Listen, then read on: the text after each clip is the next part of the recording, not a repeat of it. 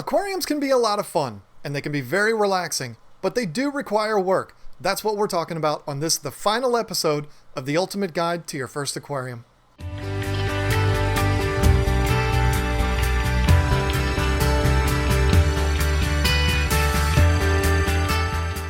Hey folks, it's John with KGTropicals.com bringing you episode 10, the final episode of the Ultimate Guide to Your First Aquarium. In today's episode, we're going to talk all about aquarium maintenance. We're going to talk about how to keep your aquarium clean and healthy for your fish. So let's get started.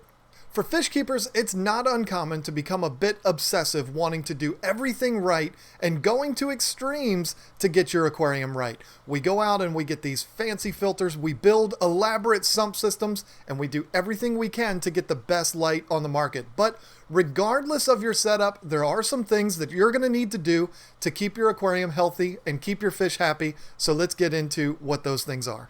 The first thing that we're going to talk about is algae control. No matter how sophisticated your system is, you will eventually deal with algae. It's inevitable. More than likely, when you go to do your routine maintenance, you will find some algae on the glass, maybe on the rocks. This is easy enough to just wipe away with a sponge or some type of scraper. If you have a major algae outbreak, that's something that can be handled a bunch of different ways. That's a topic for a future video.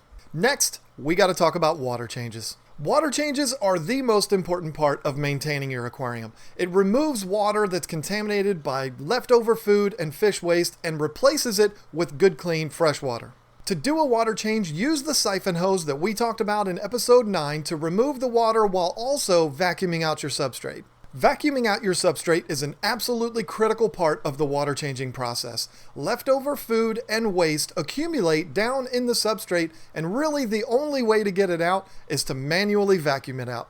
How much water you remove at each water change is going to depend on the type of fish that you're keeping, the stocking levels that you have, and how often you feed your fish. But usually it's going to be between 20 and 50% per water change. When refilling your tank, there's a few different ways you can do it. You can use one of those water changing systems that connects to your sink, or you can use a 5-gallon bucket that you lug back and forth, dumping each one in. Some people even like to store their water overnight so that they can get it up to the right temperature and treat it prior to putting it into the tank. That is a great way of doing it, but a lot of us don't have the luxury of being able to store that much water. If you're going to take it straight out of your tap, that's fine. Just adjust the temperature. Try to get it as close as you can to the temperature in your tank, and don't forget to eliminate that chlorine and chloramine from your tap water by introducing water conditioner when you're refilling. The next thing to do when you're performing your routine maintenance is check and make sure all of your equipment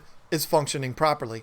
Check to make sure that the temperature is right in your tank, which will tell you whether or not your heater's working, and look at the flow of your filter. If you're using a hang-on-the-back filter that has bio wheels, make sure those wheels are spinning. If they're not, it might be time to clean your filter out. Unplug your filter and remove it from your tank with water still in it.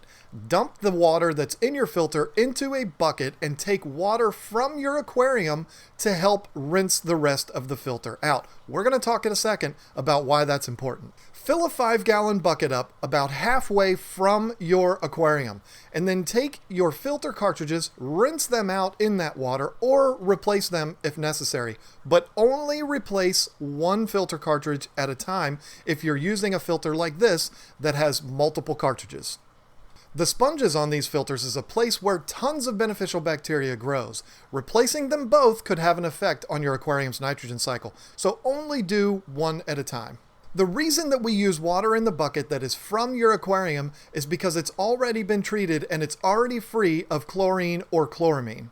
Your filter is one of the primary locations for the growth of beneficial bacteria.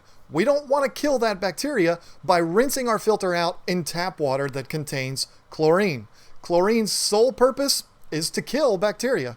Once you've rinsed out your filter and removed all of that sludge, cleaned off your filter cartridges, or replace them if necessary, you can put everything back together again and fire it back up. You should notice a dramatic improvement in the performance of your filter.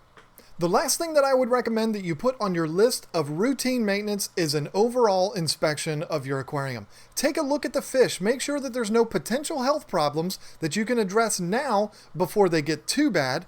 And also, very important, take a look at the seals on your aquarium.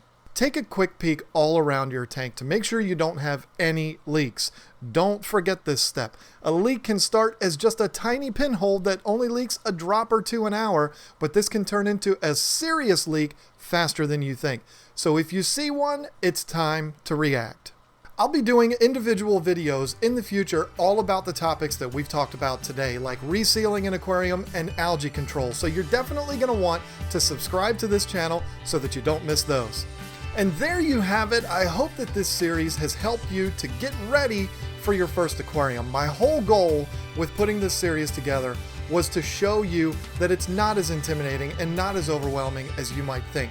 Keep things simple, enjoy the process, and this is a hobby that can absolutely change your life.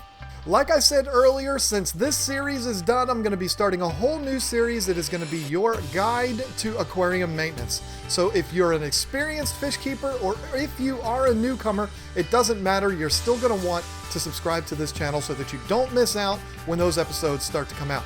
The first one is going to go up next Sunday, so get ready. We're going to have some fun with that series. Thank you so much for watching this series. I hope that you've enjoyed it as much as I've enjoyed making it, and I can't wait to talk to you again next week.